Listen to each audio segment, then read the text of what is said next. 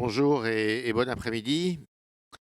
Merci d'être parmi nous et de venir à cette conférence qui s'annonce fort passionnante, surtout par les circonstances actuelles. Et donc merci à ceux qui me font confiance, en l'occurrence Maurice Cohen, qui, comme tous les ans, fait appel à moi pour venir animer quelques tables rondes et quelques conférences à cet événement. Alors, pourquoi particulièrement intéressant vu le contexte? Parce que, évidemment, le monde évolue à une vitesse folle et on peut dire qu'il y a un faisceau d'événements qui brouillent un peu les cartes en ce moment. Je ne sais pas si on aurait fait cette même conférence il y a un an, on aurait parlé autant d'inflation, on aurait parlé autant d'échanges commerciaux qui seraient empêchés. On aurait parlé autant peut-être aussi de ce qu'on appelle la grande démission, c'est-à-dire une remise en question complètement des conditions de travail. En tous les cas, tous les sujets macroéconomiques sont actuellement rebattus. Et alors pour en parler, Christophe Barrault, bonjour. Bonjour. Vous êtes Chief Economist à Market Securities et stratégiste. Et donc la règle du jeu de cette heure d'entretien avec vous, c'est que vous nous fassiez une espèce de présentation générale pendant une trentaine de minutes. Après quoi, fort de ce que vous nous aurez dit, eh bien, on vous posera des questions. Je m'autoriserai de vous en poser et j'inviterai surtout la salle, puisque c'est quand même le but du jeu, à vous poser quelques questions. Sachant que les questions doivent être des questions, par expérience, c'est pour ça que je le dis. Ce ne sont pas des commentaires, mais des questions auxquelles eh bien, vous répondrez de la façon la plus précise possible. Je vous laisse la parole et bienvenue. Merci beaucoup. Donc, bonjour à toutes et à tous. Donc voilà, l'objectif aujourd'hui, ça va être de vous faire une présentation un petit peu globale. J'essaierai de focaliser ensuite sur les zones que j'ai l'habitude de couvrir, donc à savoir la Chine, la zone euro et les États-Unis. Donc pour ne pas trahir un grand secret, la période qui s'annonce et les 12 prochains mois vont être difficiles sur un plan économique. On est dans une période vraiment complexe dans la mesure où il y a tout un tas d'incertitudes, mais sur différents plans. Alors économique bien sûr, mais vous avez aussi le social, géopolitique, si on pousse un peu énergétique, météorologique et aussi le sanitaire, parce que la Chine continue, ça nous paraît très loin, mais de maintenir une politique restrictive extrêmement importante, ce qui a des conséquences marquées. Et donc on est dans un environnement où, pour un prévisionniste, moi j'avais tendance à dire, l'année dernière quand je suis venu faire une conférence à Monaco, que c'est difficile de faire une prévision au-delà de 12 mois. Et aujourd'hui, j'ai tendance à dire qu'en faire une au-delà de 6 mois avec un intervalle de confiance restreint, bah, c'est très, très difficile. Donc on va essayer de, voilà, pousser le curseur le plus loin possible. Et dans les faits, malgré cette incertitude, il y a quand même une tendance claire qui se démarque, c'est qu'on est sur vraiment un schéma de ralentissement marqué de la croissance mondiale. On avait une croissance mondiale supérieure à 6% l'année dernière, qui sera inférieure mais proche de 3% cette année, et qui sera vraisemblablement inférieure à 2% selon nous l'année prochaine. Consensus se situe à 2,5 ou quelque chose comme ça. Mais ce qui est intéressant aussi, c'est que tous les risques associés à ces prévisions sont globalement orientés à la baisse et on pourrait se retrouver avec un chiffre de croissance mondiale qui peut être vu encore pendant 2 ou 3 trimestres. Donc ça, c'est vraiment l'idée de fond qu'il faut garder en tête.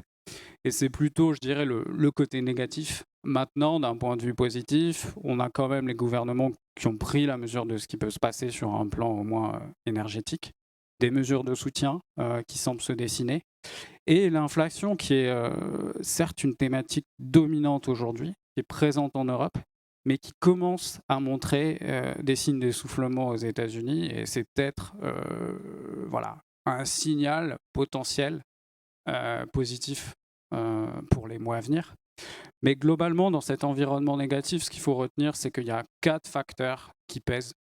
Le premier, donc, c'est la politique zéro Covid en Chine. On le verra, a un impact encore assez marqué sur l'activité chinoise. Le deuxième, c'est l'invasion de l'Ukraine par la Russie, ses conséquences sur le plan énergétique. Le troisième, c'est le changement de politique monétaire des banques centrales, politique restrictive aujourd'hui, alors qu'on était sur une politique accommodante il n'y a même pas un an. Et le quatrième, qui est un peu nouveau, et je dirais, on peut se référencer au troisième trimestre, c'est un choc de richesse négatif qu'on n'a jamais connu depuis des décennies en provenance aujourd'hui des marchés financiers et potentiellement des marchés immobiliers demain, comme on commence à le voir aux États-Unis, au Canada, en Australie. Donc maintenant, je vais aborder les choses un peu plus de manière régionale. Donc la présentation est en anglais, mais vous inquiétez pas, je reste sur le français. Je vais commencer par la Chine. Donc comme je le disais en préambule, ce qu'il faut retenir, c'est que la Chine maintient une politique sanitaire restrictive, c'est-à-dire une politique de zéro Covid, qu'elle va vraisemblablement le faire jusqu'au deuxième trimestre de l'année prochaine au moins, pour plusieurs raisons. La première, c'est que vous avez un taux de vaccination des personnes âgées, donc plus de 80 ans, qui reste encore faible comparativement à ce qu'on voit en Europe, qu'il y a une volonté de ne pas reproduire ce qu'a fait Hong Kong en début d'année. Pour rappel, Hong Kong avait ouvert le pays très largement après une politique zéro Covid poussée à l'extrême. Et toutes les personnes, enfin pas toutes les personnes, mais une grosse partie des personnes plus de 80 ans n'étaient pas vaccinées, ce qui s'est traduit par un taux de mortalité record. Donc la Chine ne veut pas reproduire ça. Il y a une volonté aussi de mettre en place des conditions beaucoup plus pérennes dans le temps, avec la mise en place de vaccins traditionnels, de sprays nasaux, de pilules. Et puis en termes de timing, il y aura une volonté d'appliquer ça vraisemblablement après le Nouvel An chinois, donc qui se tiendra aux alentours du mois de février, donc qui est associé à des gros mouvements de population. Donc ça, c'est un petit peu en termes de timing. Maintenant, pourquoi c'est vraiment intéressant, c'est que l'impact sur l'économie est significatif. On peut voir qu'au deuxième trimestre, la Chine a mis en place énormément de mesures très restrictives et vous avez eu, comme vous pouvez le voir sur le graphique ci-dessous, une nouvelle contraction de l'activité. Donc c'est la première fois depuis le premier trimestre 2020. Donc ça montre encore une fois que ces mesures-là peuvent avoir un impact significatif. Ce qui est intéressant aussi, c'est que c'est pas tant le nombre de cas en Chine qui est important, mais plutôt la vitesse à laquelle l'épidémie se propage à travers les différentes provinces. C'est-à-dire que les Chinois aujourd'hui vont appliquer des mesures de restriction, même s'il n'y a qu'une dizaine ou une quinzaine de cas dans une province. Et ce qui fait que vous pouvez vous retrouver avec un pays partiellement bloqué. Pour vous donner un ordre d'idée, début septembre, on était sur à peu près l'équivalent de 35% du PIB chinois qui subissaient des mesures de restriction moyennes ou élevées. Donc moyenne, c'est généralement des restrictions sur les transports. Élevé, ça va jusqu'au confinement localisé qu'on a pu connaître nous-mêmes en 2020. Maintenant, ça a un impact économique à la fois sur la sphère domestique, mais aussi à l'international, et je vais y revenir. Sur le domestique, on a pu très clairement voir que toute la partie consommation était sous pression. Pour vous donner un petit chiffre que j'ai mis dans la présentation, les ventes au détail se sont contractées en rythme mensuel en juillet et en août. Donc c'est la première fois depuis qu'on a la série en Chine, donc depuis 2011. Donc ça souligne quand même l'importance de ce phénomène. Et dans le même temps, sur l'aspect production industrielle, on est sur les 8 premiers mois de l'année en cumulé sur des profits des entreprises qui continuent de baisser parce qu'il y a des freins sur la production. Et vous aviez donc Tesla qui a publié ces données sur la production de voitures chinoises. Ça a encore mis en évidence que les restrictions ont eu un impact sur cette production. Maintenant, ce qui est intéressant aussi, au-delà du côté donc, consommation et production, c'est de regarder au niveau sectoriel ce qui peut se passer. Et ce qui témoigne aussi de l'impact de ces mesures de restriction, c'est une donnée que j'aime beaucoup sur le trafic aérien, que vous pouvez retrouver ici, qui est fournie par Airportia. Donc c'est des données privées, accessibles à tous. Et qu'est-ce qu'elles nous disent? C'est qu'on a eu un nouveau choc au troisième trimestre, qu'on avait un trafic aérien quasiment en baisse de 50% par rapport à l'année dernière, début septembre, et qu'au moment où on se parle, on est encore 30% en deçà des niveaux de 2021, qui étaient des niveaux déjà plutôt limités par rapport à ce qu'on a pu connaître les années passées. Donc vous avez une problématique de transport aérien et vous avez une problématique aussi de transport maritime. C'est-à-dire que vous avez tout un tas de contraintes qui vont peser sur le transport maritime et ça va avoir des répercussions sur le commerce international, que ce soit en termes d'importation ou en termes d'exportation. Et donc ça permet aussi de comprendre pourquoi sur les chaînes de production globales, on a eu des ralentissements, on les a encore, on n'a pas tout à fait une normalisation parfaite aujourd'hui. Pour la simple et bonne raison, c'est que même si vous pouvez avoir un certain nombre de nouvelles sur le fait de produire à nouveau dans tel ou tel pays, que la mondialisation s'arrête, la réalité, c'est que la Chine reste le grenier du monde, qu'elle est responsable de quasiment 10% de la valeur ajoutée des produits manufacturés, et surtout qu'on est sur des ordres de grandeur qui peuvent aller pour 20% sur toute la partie électronique. Et ça vous explique en partie pourquoi vous avez toujours des gros ralentissements, des problèmes d'approvisionnement sur tous les produits électroniques, sur tout ce qui peut être textile, et on le verra par la suite sur la partie automobile. Donc, on a ce premier point qui freine l'activité chinoise, donc la politique sanitaire. Le deuxième point qui va freiner l'activité chinoise à court terme et vraisemblablement sur l'ensemble de 2023, c'est le marché immobilier. On est sur un marché immobilier qui est plutôt dans une situation inquiétante parce que vous avez à la fois une chute des ventes, vous avez une chute des prix dans le neuf. Et ça s'explique parce que les autorités, contrairement à ce qu'on a pu voir dans les pays développés, à la sortie du Covid en 2020, elles ont appliqué tout un tas de mesures de restriction pour tenter de limiter la hausse des prix. Donc hausse des prix qui s'est matérialisée très significativement dans les pays développés, j'y reviendrai, mais pas en Chine. Le problème, c'est que la Chine a continué d'appliquer cette politique zéro Covid, que vous avez eu une chute plutôt marquée des ventes de maisons.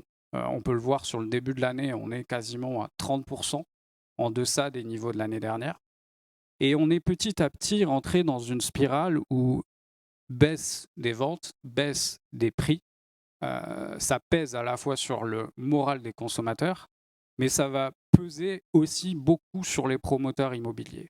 Et les promoteurs immobiliers se sont retrouvés dans une situation où ils n'arrivaient pas à lever suffisamment de cash pour terminer les projets en cours. Ça a donné lieu à de nombreux défauts dans le secteur. Il faut savoir que sur cette année, on est sur un nombre de défauts records sur les promoteurs immobiliers chinois et que les difficultés ont vraiment commencé à partir du 4e trimestre 2021. La conséquence directe, c'est que toute la partie investissement résidentiel est sous pression en Chine. Et pour vous dire, au mois d'août, on était sur des variations de l'ordre de quasiment moins 14%.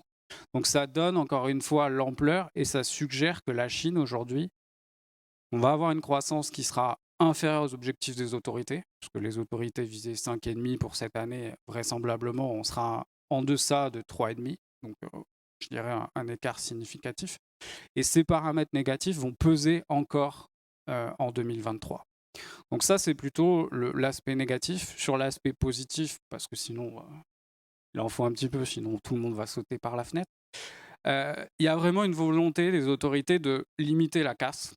Et donc ça passe par de la relance publique dans une ampleur qu'on n'a pas connue même en 2020. C'est-à-dire qu'on est bien au-delà de ça. Donc ça a été en plusieurs phases. La première phase, ça a été au mois de mai avec des nouvelles mesures de relance. Donc il y en a eu à peu près 33, c'est ça.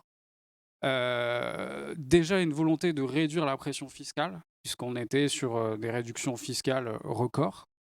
Mais suite à la publication des chiffres du PIB du deuxième trimestre qui étaient négatifs, il y a eu une nouvelle fois des mesures de relance, et notamment quasiment 1 trillion de yuan de plans sur toute la partie qui concerne les infrastructures, donc ce qui vont servir vraisemblablement à création des aéroports, création des transports, etc. Donc une volonté de vraiment de limiter le choc.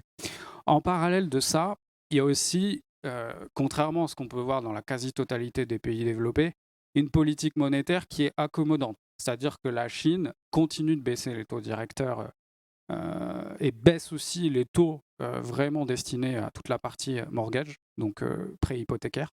Donc il y a une volonté de soutenir à la fois par le canal de la dépense publique, donc canal budgétaire, mais aussi canal monétaire. Et ça, c'est peut-être le point positif là-dedans, c'est que la Chine sera vraisemblablement une des rares zones où la croissance économique devrait accélérer en 2023 et se situer à un rythme inférieur mais proche des 5% contre 3,3 selon nos attentes. Maintenant, je vais passer rapidement à la zone euro et aux États-Unis. Sur la partie zone euro, on va entrer dans une phase beaucoup plus complexe à partir du troisième trimestre. Il faut savoir que l'Europe avait plutôt été résiliente sur le premier semestre.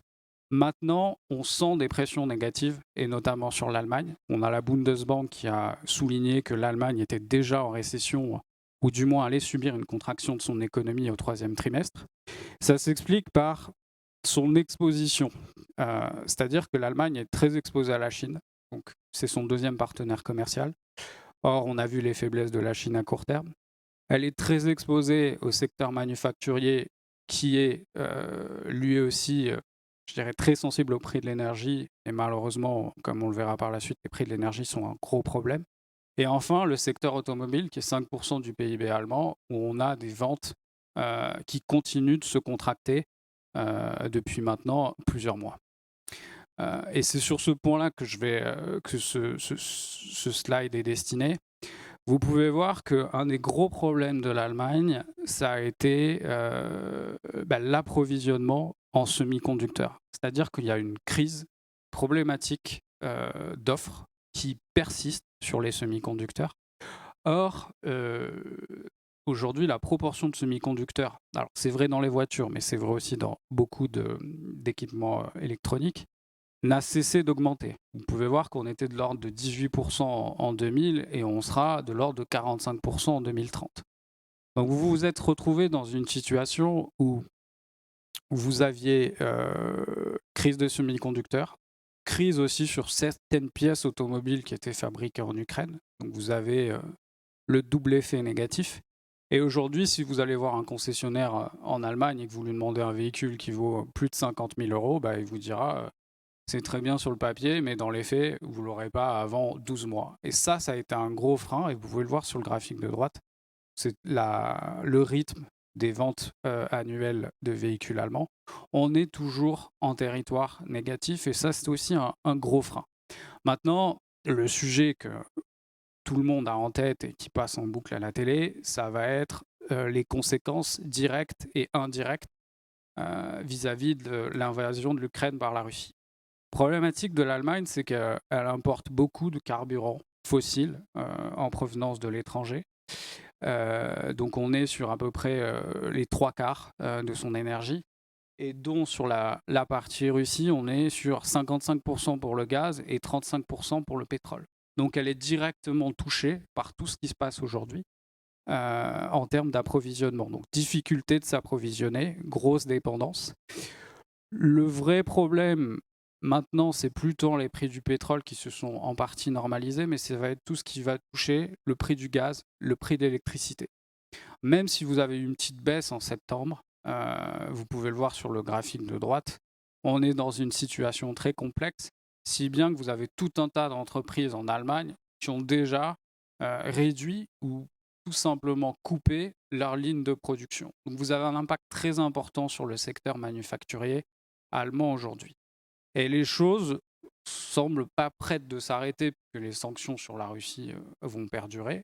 Que si on regarde les développements géopolitiques, alors personne n'est dedans, mais et puis même les gens qui sont dedans, je ne pense pas qu'elles sachent réellement où on va s'orienter. Mais on sent bien que ça va être très très compliqué sur les prix de l'électricité, les prix du gaz naturel. Je vais y revenir, mais une des grosses problématiques réside là-dedans. Et vous pouvez avoir aussi une problématique sur le pétrole en Europe, puisqu'il y aura un embargo sur le pétrole russe qui va entrer en place à partir du 5 décembre. Et il y a quand même une forte chance que le prix du pétrole qui va être payé par les entreprises européennes augmente plutôt que baisse. Donc ça pourrait être aussi un autre facteur qui pèse négativement sur les marges des entreprises allemandes et se retrouve sur le chiffre du PIB allemand. Maintenant, au-delà du côté Allemagne, qui a des difficultés qu'on peut retrouver dans d'autres pays, il y a une nouvelle problématique qui est en train de se poser, c'est sur les taux d'intérêt en Europe et le refinancement des dettes. Le souci, c'est que au-delà des coûts d'énergie et au-delà des coûts de tout ce qui va être rupture d'approvisionnement, donc coûts directs et indirects, il va y avoir une problématique sur le renchérissement des coûts de la dette, comme vous pouvez le voir sur le graphique ci-dessus. Donc on a les données depuis 98. Et en termes de refinancement, on se situe dans la pire époque enregistrée en zone euro. Donc on oublie les données avant 98, mais globalement, c'est une problématique supplémentaire pour les entreprises qui va affecter leur profitabilité et donc à terme leur investissement pour l'année prochaine. Donc ça, c'était plutôt un angle entreprise. Maintenant, sur l'angle consommateur. Les consommateurs, depuis le début de l'année, sur la partie biens en termes réels, donc c'est-à-dire lorsqu'on va enlever les prix, on est sur un repli dans énormément de pays en Europe, notamment la France par exemple. Et ça s'explique parce que le revenu réel des ménages, donc c'est-à-dire le revenu réel, le revenu nominal moins l'inflation est très négatif, donc des niveaux qu'on n'a jamais connus en zone euro, comme vous pouvez voir sur le graphique ci-dessous. Et ça, pareil, on voit difficilement en Europe comment ça pourrait s'améliorer à court terme. Donc on est dans une situation où vous avez pression sur les entreprises, pression sur l'investissement, pression sur la consommation des ménages réels. Et maintenant, on est sur un scénario où on pourrait avoir soit une réduction de la consommation d'énergie volontaire, soit des rationnements. Et même si on regarde un petit peu les niveaux de stock de gaz aujourd'hui en Europe qui sont plutôt très élevés, la réalité, c'est que si on prend en compte les difficultés d'approvisionnement, les coupures en provenance de la Russie, la difficulté à compenser le gaz russe, notamment par d'autres fournisseurs comme l'Algérie, etc., il y a une possibilité qu'à un moment ou à un autre, cet hiver, selon la température, et là encore une fois, pour faire des prévisions en termes de température maintenant, c'est très compliqué, on se retrouve dans une situation où vous pouvez avoir des rationnements. En France, ça a déjà été évoqué le fait de couper l'électricité 2 heures pendant la nuit dans certaines zones. Et donc ça viendra encore plus affecter des chiffres de croissance. Maintenant, donc ça c'était la partie négative. La partie positive, c'est un peu comme la Chine, les autorités ont pris la mesure du problème. Elles ont bien conscience qu'elles sont face à un mur, même si les discours des ministres et des différentes économies de la zone euro, je trouve, sont plutôt optimistes, mais ça c'est un effet signal entre guillemets. On est dans une phase où voilà, le déficit, encore une fois, en Europe, va absorber le choc. Et à mon avis, les déficits en zone euro seront bien plus élevés que anticipés, que ce soit par les économistes ou par les différents budgets européens, parce qu'il faut absorber le coût pour les consommateurs, le coût pour les entreprises. Donc c'est en partie le cas, ou totalement, enfin une très grande partie le cas dans certains pays comme la France, moins dans d'autres, mais ça pourrait à mon avis s'étendre. Et il y aura la question, tout ce qui va être producteur d'énergie qui peut se poser, donc le cas d'EDF, le cas d'Uniper en Allemagne. Donc ça, c'est plutôt, je dirais, un facteur favorable, mais globalement, même avec un déficit plus élevé, même une absorption des gouvernements, nous, notre idée, c'est qu'on sera sur une zone euro qui rentrera en récession plus tard au T4. Ça peut être au T3 selon la performance de l'Allemagne. Et sur l'ensemble de l'année prochaine, on vise une contraction de légèrement, enfin un peu plus de 1%, ce qui semble encore un scénario, à mon sens, pas très légèrement optimiste, mais presque. Ça veut dire qu'il faudrait rester à paramètres constants sans avoir de mauvaises nouvelles sur un plan climatique. Les États-Unis maintenant, alors les États-Unis sont un petit peu dans la même situation que l'Europe en termes de consommation. Vous pouvez voir que le revenu réel des ménages est sous pression assez significativement. Et donc, on devrait avoir des difficultés pour les ménages à bas revenus. Et la nouveauté, c'est que vous avez eu un choc de richesse aussi extrêmement important pour les ménages revenus moyens et élevés. C'est-à-dire que les marchés financiers, lorsque vous regroupez à la fois la performance des actions et des obligations, vous avez une chute qui est quasi sans précédent en termes de montant. Donc je crois que c'est depuis la Deuxième Guerre mondiale. Après, rapporté au PIB, c'est un peu moins, mais c'est depuis des décennies. Donc vous avez une pression sur la consommation des ménages. L'autre point qui va se poser, c'est le marché immobilier aux États-Unis, puisqu'on a tout un tas d'indicateurs avancés qui suggèrent qu'on aura une baisse des prix, donc vraisemblablement de moins 10% dans les 12 prochains mois. Donc un nouveau choc de richesse négatif qui va peser sur la consommation des ménages et sur la construction. Mais contrairement à l'Europe et à la Chine, la dépense publique aux États-Unis n'est pas un frein au ralentissement, voire à la chute de la croissance. Essentiellement en partie parce qu'on est sur une séquence politique particulière avec les élections de mi-mandat. Donc il y aura, à mon avis, une relance des États-Unis. Mais par rapport au calendrier, donc à l'agenda, ça n'arrivera pas avant la fin du T1 ou le T2 de l'année prochaine. Et ça dépendra aussi de l'évolution de certains événements sur l'inflation. Parce que si l'inflation est trop élevée, la relance budgétaire ne sera pas forcément immédiate. Donc quelques mots sur l'inflation et les politiques monétaires. Rapidement. Donc, ce que je disais en introduction, c'est que on va avoir des signaux, à mon avis, un peu plus positifs sur l'inflation aux États-Unis.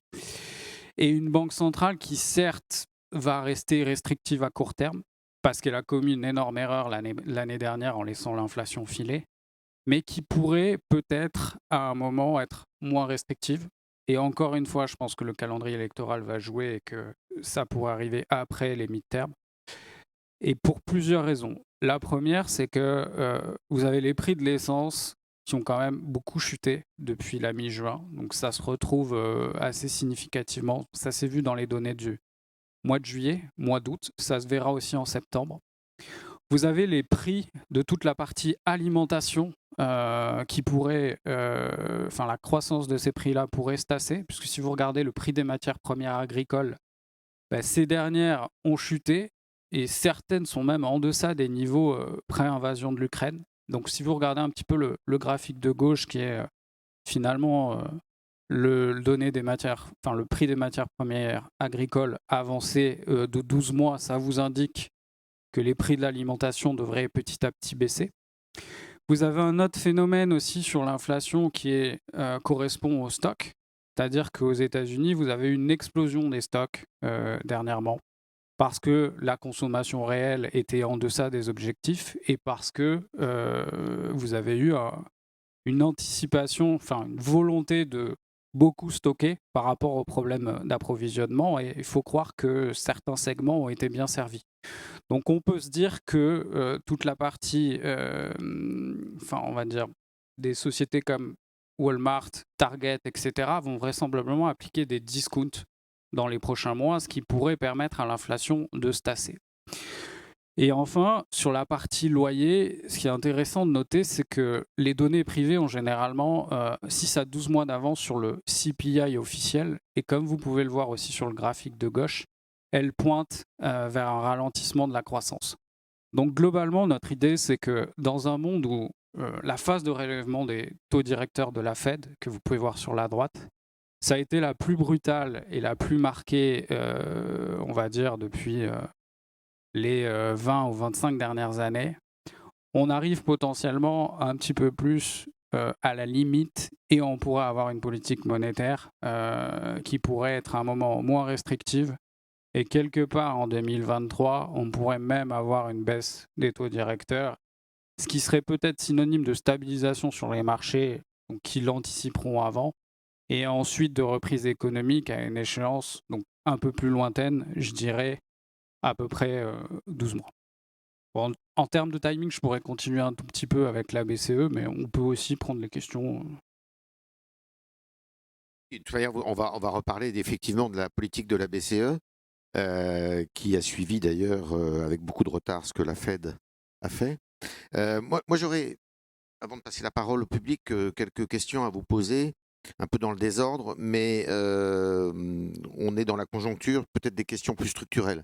La première question, est-ce que cette crise qui allie inflation, hausse du prix des sources d'énergie, menace de récession avant probablement une période de chômage importante, en quoi cette période diffère de la grosse crise dont on n'est vraiment jamais sorti en France d'ailleurs, des années 70, où il y avait la conjonction d'une guerre, c'était pas en Europe, mais c'était au Proche-Orient, où il y avait l'inflation, où il y avait l'explosion du prix, enfin notamment du baril de pétrole, et où il y a eu après récession et chômage. Ça, c'est la première question. La deuxième question, est-ce que, qui est une question structurelle, tout ce que vous nous décrivez là, est-ce que ça sonne pas à la fin, alors c'est un peu provocateur, de la mondialisation? C'est-à-dire la tentation pour chacun d'entre nous, ou chaque continent, de se replier sur lui-même. Le cas de la Chine, mais c'est le cas de l'Allemagne, tel que vous l'avez décrite, qui s'était fondée sur beaucoup les exportations et qui va peut-être avoir la tentation de se recentrer. La troisième question, c'est, et vous n'en avez pas parlé, et je pense que c'est une question qui préoccupe beaucoup de gens, c'est la transition écologique. Alors vous allez me dire, dans la prévision, c'est un peu compliqué, mais ça fait quand même partie, je dirais, du job. Comment on, eh bien, on concilie tout ça, tous ces emmerdes qui volent en escadrille, avec la nécessité, y compris politique d'ailleurs, qui est imposée par beaucoup, d'une transition écologique qui doit s'accélérer. Et on l'a vu encore après l'été qu'on a passé, ne serait-ce que pour la France, où pour de plus en plus de gens, bah maintenant c'est quand même c'est pas un songe, c'est presque une réalité. Bon, pardon, c'est un peu désordre, Ça mais fait beaucoup de questions. Alors sur le premier volet, le parallèle par rapport à la crise donc fin des années 70. Alors le parallèle sur le papier, il y est, je suis d'accord. Il y a beaucoup de critères qui ressemblent. Après, l'époque est complètement différente, c'est-à-dire que euh, on était sur des potentiels de croissance des économies qui n'avaient rien à voir avec maintenant, et surtout une croissance démographique qui n'avait absolument rien à voir. Ce qui me fait penser que aujourd'hui, le choc d'inflation, alors ça dépend où on se place, aux États-Unis ou en Europe, mais en Europe, pour moi, alors il est 100% transitoire et dû plutôt à l'énergie. Par exemple, la contribution de l'énergie à l'inflation en Europe, c'est 45-50%, aux États-Unis, c'est 20-25%. On n'a pas forcément cette problématique de second tour aussi en Europe parce que le prix des loyers, je pense, ça paraît complètement fou de se dire qu'aux États-Unis, sur les données privées, on était sur 18% de hausse l'année passée. Ils sont capés en Europe, donc grosse différence aussi là-dessus. Mais l'idée de fond, c'est que je pense déjà, la vraie différence, c'est que le potentiel de croissance et d'inflation n'est pas du tout le même. C'est-à-dire que l'inflation peut se normaliser.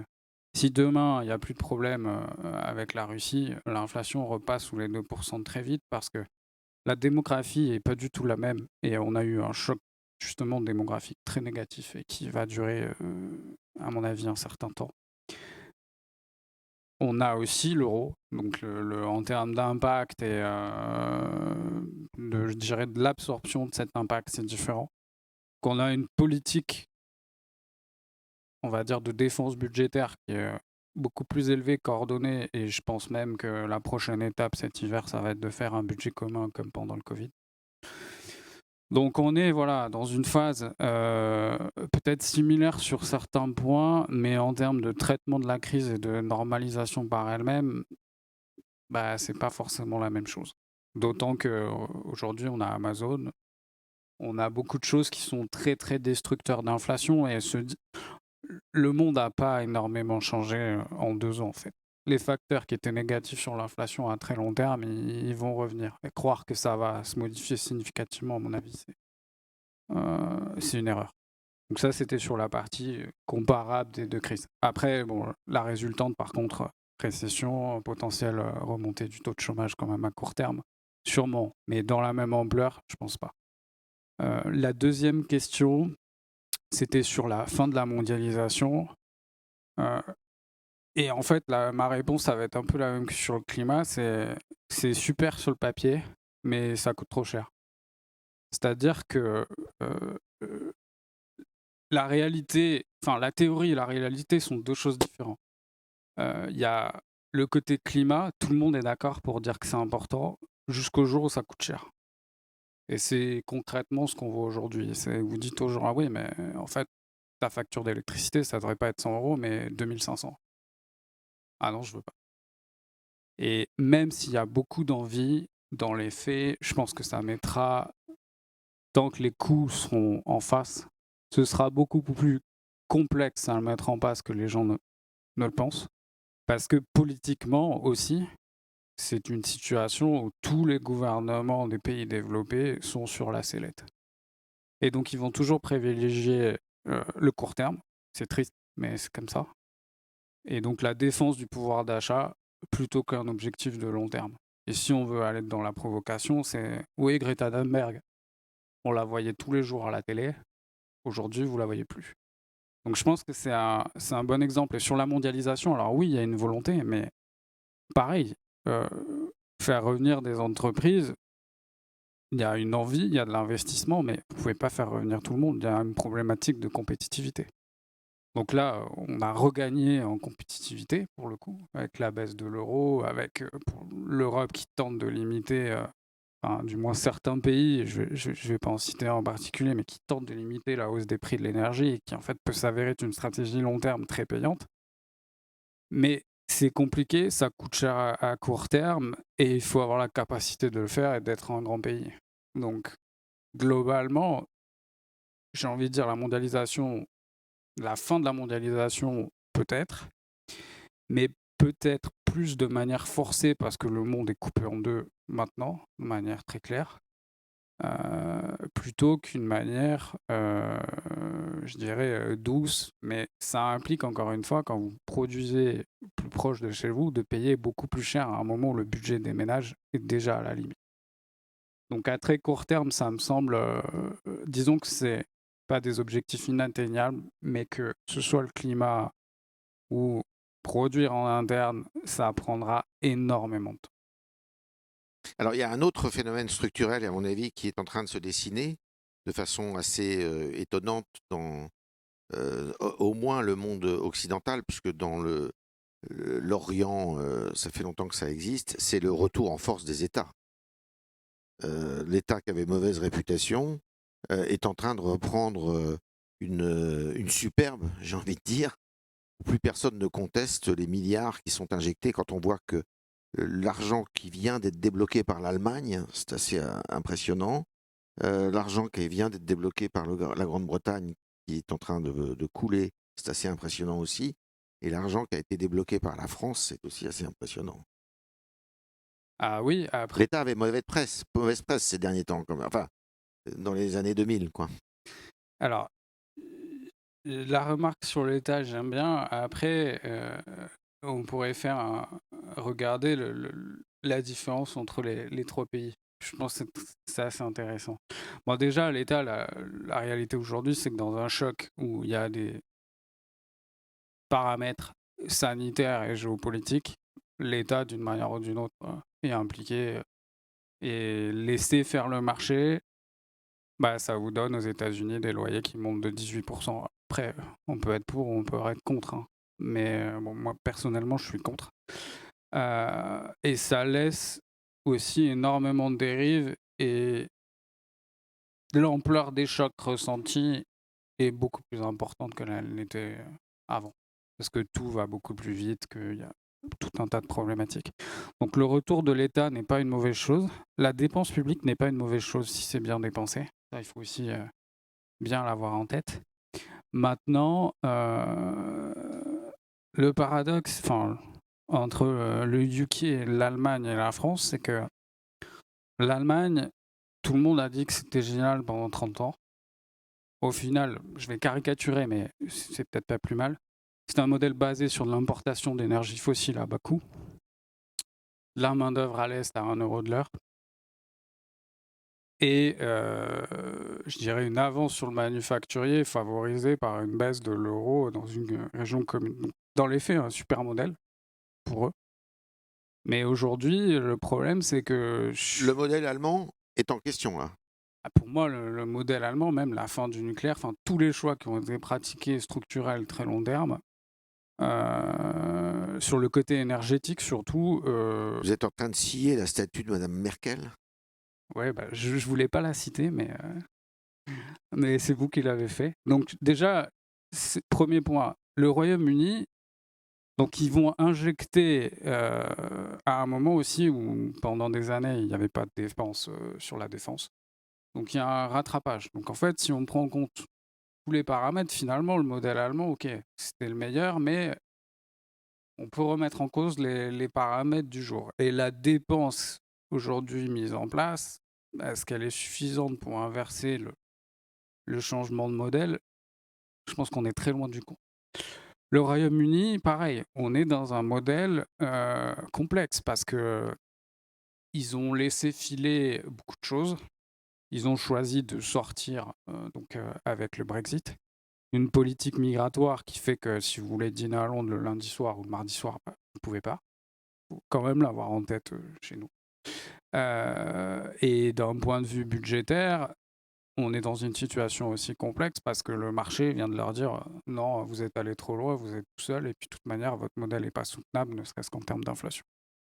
Et après, vous avez la France qui s'est un peu égarée sur le plan énergétique, mais qui finalement est en train de se réveiller et qui pourrait. Après l'Allemagne, il n'y a pas 50 pays, en fait. Donc, il faut voir le pourquoi du comment et quelle dépense va servir à quoi. Donc, pour moi, l'Allemagne, c'est un rattrapage, ça peut se légitimer. Le Royaume-Uni, je pense que tout modèle est à remettre aussi un petit peu en question. Le modèle français, il y avait une bonne direction au départ, on s'est égaré, et maintenant, il faut recentrer la chose le plus vite possible. Dernière petite question avant de vous donner la parole. Est-ce que vous croyez, je crois que vous l'avez suggéré tout à l'heure, il y a eu une mutualisation qui est tout à fait une première dans l'histoire de l'Union européenne, une mutualisation des dettes, alors selon un procédé qui est très compliqué à expliquer, à l'issue ou pendant le Covid d'ailleurs, pendant la crise sanitaire. Est-ce que vous croyez que ce qui se passe aujourd'hui dans ce monde est un monde de crise sans fin, où là on est dans une crise géopolitique, vous croyez que l'Union européenne va continuer cette politique-là à la Complètement. faveur de l'invasion de Enfin, l'Ukraine par la Russie? de toute manière, la réalité, c'est que l'Europe, on est efficace que dans les grosses crises et dans les moments où tout le monde panique. Donc vraisemblablement, en termes de grosses crises, on est pas mal. Ce qui est intéressant, c'est que généralement, dans ces budgets communs, les gens qui paient, c'est l'Allemagne, les Pays-Bas. Ce qui est bien, c'est que c'est eux qui ont un modèle énergétique le pire de tous. Donc cette fois-ci, Ouais, il y a un vrai motif pour payer. les torts Du sont moins que ce partagés. sera beaucoup plus facile à leur mettre la pression. Après, la difficulté, c'est toujours de le vendre aussi en national et politiquement pas perdre la face.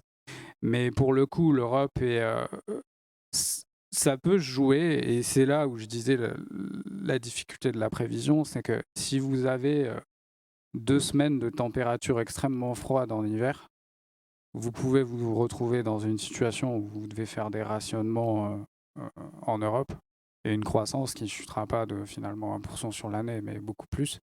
Et là, vous allez être dans l'urgence pour avoir une réaction. Mais le côté négatif de l'Europe, c'est que ça met beaucoup de temps en fait à réagir parce qu'il y a beaucoup de monde dans les discussions, diplomates, ministre des économies, président, la nécessité de trouver un package pour l'accord. Donc ça prend beaucoup de temps. Mais une fois qu'on prend une décision, généralement, c'est des mécanismes puissants. Et il ne faut pas oublier une chose, c'est que l'Europe est relativement jeune, contrairement aux États-Unis. Donc je trouve qu'en termes de courbe d'apprentissage, on n'est pas si mauvais que ça, si on replace dans le contexte historique. La preuve, c'est que c'est Jean Monnet qui disait que l'Europe n'avançait que par les crises. C'est ça. Et l'autre preuve, c'est que tout le monde veut entrer dans l'Union européenne. Aussi. Pour l'instant, personne d'autre veut en Pour en sortir. sortir. Alors, pardon, je vais vous donner la parole. Je ne sais pas si c'est prévu. Mademoiselle, pardon. Alors, il y a une question au premier rang.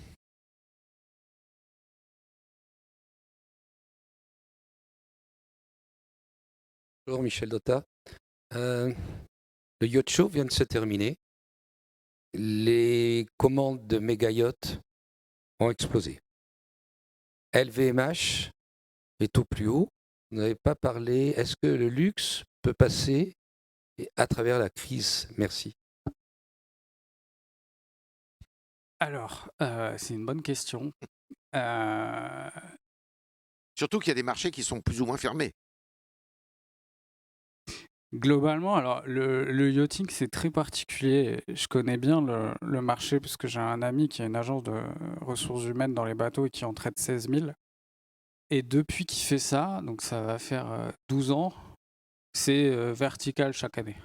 À part pendant le Covid où c'était un peu à l'arrêt, mais les bateaux sont de plus en plus gros en termes de longueur, en termes de hauteur, de plus en plus luxueux et ça se vend de plus en plus.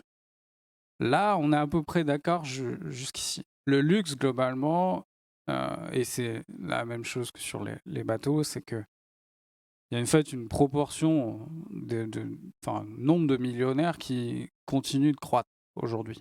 Dans un monde où il y a une croissance quand même mondiale nominale, on va dire que même si on est en deçà des 3%, avec l'inflation, ça nous donnera du 10%. Donc il y a quand même une progression de la richesse globale et il y a certaines personnes qui arrivent à s'extirper de ça. Et une fois que vous avez acheté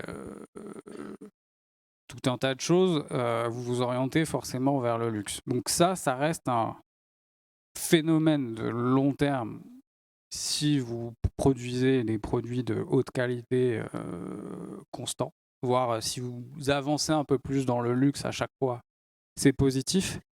Maintenant, j'ai quelques doutes sur le court terme, déjà parce que c'est la première fois depuis des décennies que les riches n'ont pas pris une claque comme ça. Quand je dis les riches, on va dire les multimillionnaires, que ce soit en termes d'exposition au marché financier, actions, obligations, vous prenez n'importe quel type d'actif qui a chuté. Les crypto-millionnaires, ils ont disparu, malheureusement. Et vous avez une problématique sur l'immobilier qui arrive maintenant.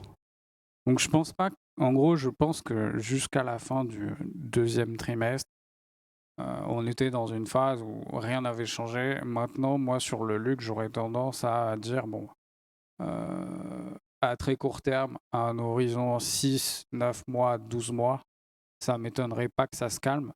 Après, le luxe est toujours, généralement, est impacté dans le cycle l'an dernier.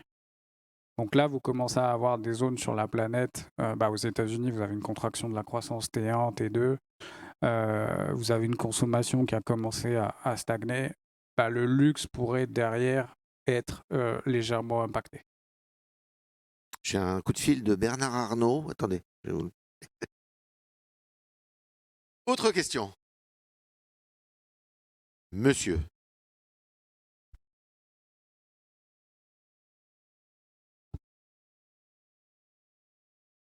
Merci beaucoup. Alors moi, je me suis arrêté sur ce slide. J'attendais avec beaucoup d'impatience celui sur la BCE.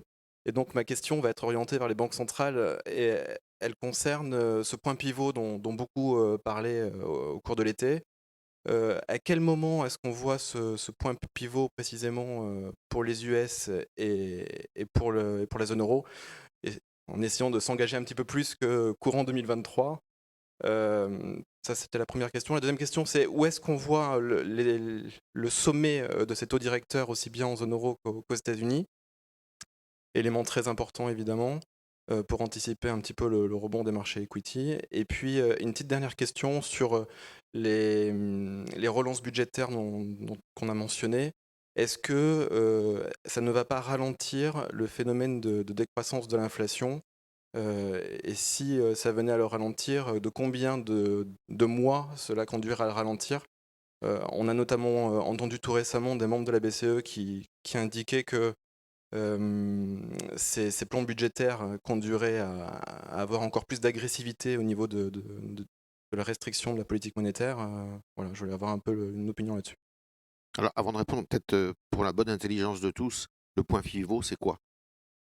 Alors, c'est la bonne question parce que tout le monde n'a pas exactement la même définition. Donc, tu l'entends comment? En mode, à partir de... Dans le discours.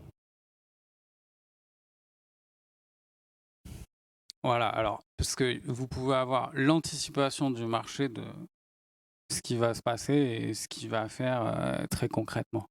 Alors, sur les États-Unis, l'idée, c'est que avec un peu plus de recul, déjà, je pense que la politique monétaire est quasiment non indépendante et qu'elle est extrêmement focalisée sur le politique et sur le calendrier.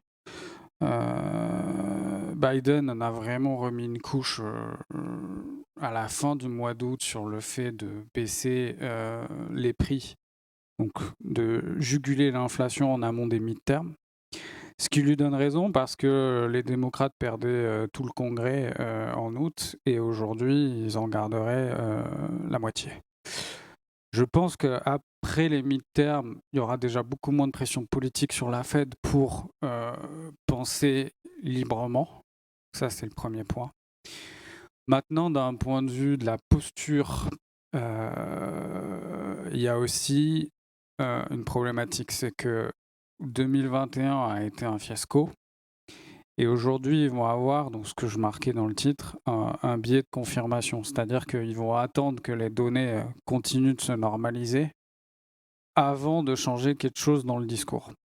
Donc techniquement parlant, moi je pense qu'après les midterms, les hausses de taux aux US vont être beaucoup plus faibles et que même potentiellement, je ne suis pas certain qu'on en ait en 2023. Disons que c'est un close call à 50%. L'idée, c'est que, je le disais, il y a beaucoup de signaux sur toutes les composantes de l'inflation aux États-Unis où on voit les signes d'une normalisation qui sera plus ou moins rapide, à mon avis, fonction surtout de la géopolitique. Mais surtout en termes économiques, l'arbitrage entre récession et croissance, il va être beaucoup moins évident. Je pense que les prévisions de la Fed en termes de croissance étaient beaucoup trop optimistes, puisque nous, sur le 2022-2023, on était en dessous. Et que petit à petit, il va y avoir la réalisation, mais sur les 10 derniers discours des membres de la Fed, il y en a déjà 2 qui ont commencé à dire « ouais, faut pas aller trop loin non plus ». Et les 2, je dirais, paramètres à regarder, c'est 1, le marché immobilier. Si le marché immobilier baisse comme on l'a anticipé, le risque, c'est pas de faire moins 10, mais moins 20. Mais si on passe de moins 10 à moins 20, ça peut devenir incontrôlable. Et là, on parlera plus d'inflation, mais de déflation, assez vite. Donc, on ne sera pas trop loin parce que les prix immobiliers ont baissé en juillet, en août. On est sûr qu'ils baisseront au moins quasiment entre 0,8 et 1,2% par mois, tous les mois qui vont suivre. Donc, il va y avoir un stress qui va se matérialiser, à mon avis, sur le mois de décembre. Et ensuite, il y a l'effet richesse. C'est le pire choc depuis la Deuxième Guerre mondiale. Donc, c'est ça qui est un peu triste, c'est que vous inquiétez pas, ça va se matérialiser dans les datas macro. C'est juste une question de temps. Et en prenant en compte la destruction de richesse, en prenant en compte l'immobilier et en prenant en compte notre anticipation de l'inflation, en fait, le discours pourrait changer d'ici la fin de l'année. Avec l'idée que, on essaie de voir ce qui se passe et potentiellement la baisse de taux, elle peut arriver. Après, ce qui est intéressant aussi, c'est le rythme de l'inflation. C'est une chose, mais les anticipations d'inflation du marché, le 1 an est sous 2%, le 2 ans est sous 2%, donc ils vont pas attendre que ça passe en négatif. Donc c'est pour ça qu'on a un moment un peu charnière entre... On regarde le marché de l'emploi, il tient, mais si on voit qu'il y a des mauvais chiffres sur le manufacturier, mauvais chiffres sur l'emploi, à mon avis, on peut avoir ce changement juste après les élections. Je finis sur la BCE, j'enchaîne du coup. La BCE, c'est différent parce que déjà, elle est en retard dans le cycle, premier point. Deuxième point, l'inflation est artificiellement basse, puisque les gouvernements ont mis en place des mesures. Il y a 2 autres problématiques, c'est la baisse de la production manufacturière dans certains domaines et l'arrêt typiquement pour les fertilisants, etc., qui crée de l'inflation supplémentaire en zone euro et pas ailleurs. Et l'euro qui est trop bas, qui fait exploser l'inflation importée. Donc, il va falloir non seulement que la Fed pivote avant que la BCE fasse quelque chose, et il va falloir que le prix de l'énergie fasse un top de manière certaine. Alors, est-ce qu'on l'a fait en septembre? Peut-être, peut-être pas. Personne ne peut le dire en fait. Et c'est ce qui fait que ils vont être contraints de relever 75 au prochain meeting. Et après, ça va dépendre aussi des chiffres. Parce que si l'Allemagne traverse une grosse récession, c'est pareil. Il faut bien comprendre, les chiffres de l'emploi sur l'activité ont 6 à 9 mois de retard. Il ne faut pas attendre de voir le marché de l'emploi se dégrader pour que l'inflation et même la croissance baissent. Et donc l'arbitrage sera plus compliqué pour la BCE peut-être au premier trimestre. Et ça dépendra aussi de la géopolitique. C'est pour ça que sur la BCE, honnêtement, j'ai beaucoup moins de conviction, mais je pense que l'inflation sera plus élevée, le pic est devant et elle sera plus haute plus longtemps. Maintenant, le point positif, c'est que c'est dû à l'énergie. Après, si tout dure, si on a un nouveau choc, ils vont continuer 3 à 6 mois après la Fed. Monsieur, je crois que vous aviez une question. Bonjour. Bonjour. Bonjour. On parle beaucoup d'inflation ces derniers temps. Et du coup, moi, je voudrais savoir, selon vous, quelle est la cause originelle en fait de cette inflation? Est-ce dû en fait au quantitative easing auquel nous avons assisté depuis la crise de Covid, ou alors est-ce dû en fait à la crise russo-ukrainienne? Et deuxièmement, là vraiment j'en appelle à votre subjectivité la plus totale. Quel est, selon vous, encore, l'impact réel de cette inflation sur les marchés financiers? Parce que quand on regarde depuis 2020, après la crise, on a eu vraiment une reprise fulgurante à tel point que Jeremy Grantham a considéré que le marché était en bulle. Et depuis le début de l'année, on voit que le S&P 500, le Nasdaq et même le CAC 40 qui commencent à s'effondrer. Et donc là, vous pensez qu'il s'agit d'une baisse ponctuelle ou alors le début vraiment d'un long marché baissier? Merci. Alors, les causes de l'inflation, je pense qu'elles sont légèrement différentes. Disons que c'est globalement, il y a le côté, on va dire, quantitative easing, ça crée de l'inflation, mais sur le prix des actifs financiers et l'immobilier. Ce qui est différent de l'inflation réelle perçue en termes d'ampleur. Mais généralement, si effectivement vous avez pris des actifs qui montent, vous avez quand même un pouvoir d'achat de certaines personnes qui monte et in fine, vous soutenez quand même l'inflation. Mais il y a vraiment une grosse distorsion entre les deux. Néanmoins, ça a un impact très important sur le prix immobilier, puisque si on prend les États-Unis, prix immobilier, mars 2020 à juin 2022, entre 35 et 40% de hausse. Ça, c'est dû parce que la planche à billets est ouverte, mais aussi parce que vous avez une politique fiscale de soutien à la demande sans précédent. Et donc, vous avez un choc de revenus à la hausse. Donc, politique monétaire, politique fiscale, soutient le prix des actifs, mais soutient aussi quelque part la demande et donc l'inflation. Parallèle, vous avez deux chocs d'offres Covid. Et notre ministre l'avait dit, ministre de l'économie, c'est pas une ampoule, on l'enlève, on en met une autre, ça se rallume. Pas du tout. C'est que les chaînes de production, la remise en route, prend des trimestres. Et donc la différence qu'on a créée en soutenant la demande, c'est quelque chose qu'on n'avait jamais vu. Donc le gap offre-demande était extrêmement important. Ce qui est intéressant aujourd'hui, c'est que l'offre monte à plein régime dans tout un tas de secteurs. Typiquement, sur le fret, beaucoup de gens ont mis en route des chantiers de production. Sur l'immobilier, vous avez tout un tas de maisons en chantier qui sont là, qui vont arriver et qui, paradoxalement, après le crash, la demande, vont peut-être entraîner, peut-être que l'année prochaine, on revient et on va se dire, ah mince, il y aura peut-être de la déflation. Donc, il y a ce côté choc d'offres et puis l'invasion de l'Ukraine par la Russie. Deux problématiques, c'est que vous coupez le monde en deux, donc avec le bloc, on va dire Russie-Chine d'un côté, États-Unis-Europe de l'autre. Il y a des sanctions, des contre-sanctions, des espaces maritimes fermés, des espaces aériens fermés. Donc, difficulté dans les chaînes d'approvisionnement et difficulté parce qu'une partie de l'offre, pour tout un tas de choses, typiquement les fertilisants, a disparu. Donc, c'est une conjonction de choc négatif d'offres, Covid, invasion de l'Ukraine par la Russie, choc de demande, monétaire certes, mais fiscal beaucoup plus. Et les 4 au même moment, ce qui fait que c'est du jamais vu dans un monde où malgré tout, voilà, il y a pas la démographie est par terre, les potentiels de croissance long terme sont plus bas, mais vous avez quand même de l'inflation.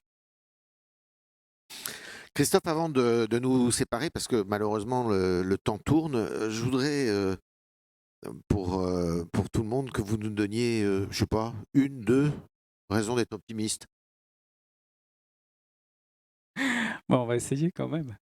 Les raisons d'être optimiste, De rester optimiste. de rester optimiste. Bon, déjà, c'est que c'est peut-être la crise la plus anticipée de l'histoire. Ça, c'est une vraie grosse différence. Parce qu'on a beaucoup été surpris par le passé, des récessions. Aujourd'hui, celle-là, on l'a déjà bien appréhendée. Que je pense que sur l'année prochaine, la vraie différence aussi, c'est que le calendrier politique mondial sera différent. C'est-à-dire que Xi Jinping sera réélu, donc il y aura cette problématique en moins. Il y a peu de doute, oui. Oui. Aux États-Unis, on aura passé les mi-termes, donc ils pourront effectivement rediscuter. En Europe, bon, ça, on a l'habitude de chiffonner, mais moi, comme je le disais, je pense qu'à la fin, on arrive toujours à trouver un accord. Donc, on arrive plus ou moins à avoir quelques portes de sortie, et sur l'inflation, c'est quand même un signe assez encourageant de voir ce qui se passe aux États-Unis avec des signaux de ralentissement. Et on les retrouve ailleurs, au Canada, qui est pareil, politique restrictive. Donc il faut donner un peu de temps au temps. Maintenant, il faut aussi avoir en tête, c'est que si vous cherchez un travail aujourd'hui, vous pouvez en trouver. Alors, ce sera plus difficile, mais on ne parle pas des mêmes niveaux aujourd'hui. Je prends un exemple aux États-Unis. Ok, on peut avoir une crise, on peut avoir une récession, mais au moment où on se parle, il y a 2 offres d'emploi pour chaque chômeur. Donc les récessions, ce qui est intéressant de voir, c'est comment elles se caractérisent. Parce qu'une baisse de croissance, c'est une chose. La question, c'est pourquoi et quel est l'impact sur l'emploi à la fin. C'est peut-être ça qui, je dirais, qui est légèrement différent que ce qu'on a connu par le passé. Et après, bon, la capacité maintenant de résilience des entreprises, des banques surtout, et du marché immobilier, c'est-à-dire que 20% de baisse du marché immobilier aujourd'hui, quand la plupart des emprunteurs sont à taux fixe, ça n'a rien à voir avec ce qu'on a connu en 2008-2009. Donc la crise, on la voit, on l'a vu depuis un moment, les autorités sont là, et il y a un certain nombre de choses qui ont été corrigées par le passé, donc tenter de prendre les précédentes crises pour projeter celle-là, encore une fois, je pense que c'est une mauvaise idée, et ça complexifie l'exercice. Merci de cette brillante explication, analyse. Merci beaucoup Christophe de votre éclairage.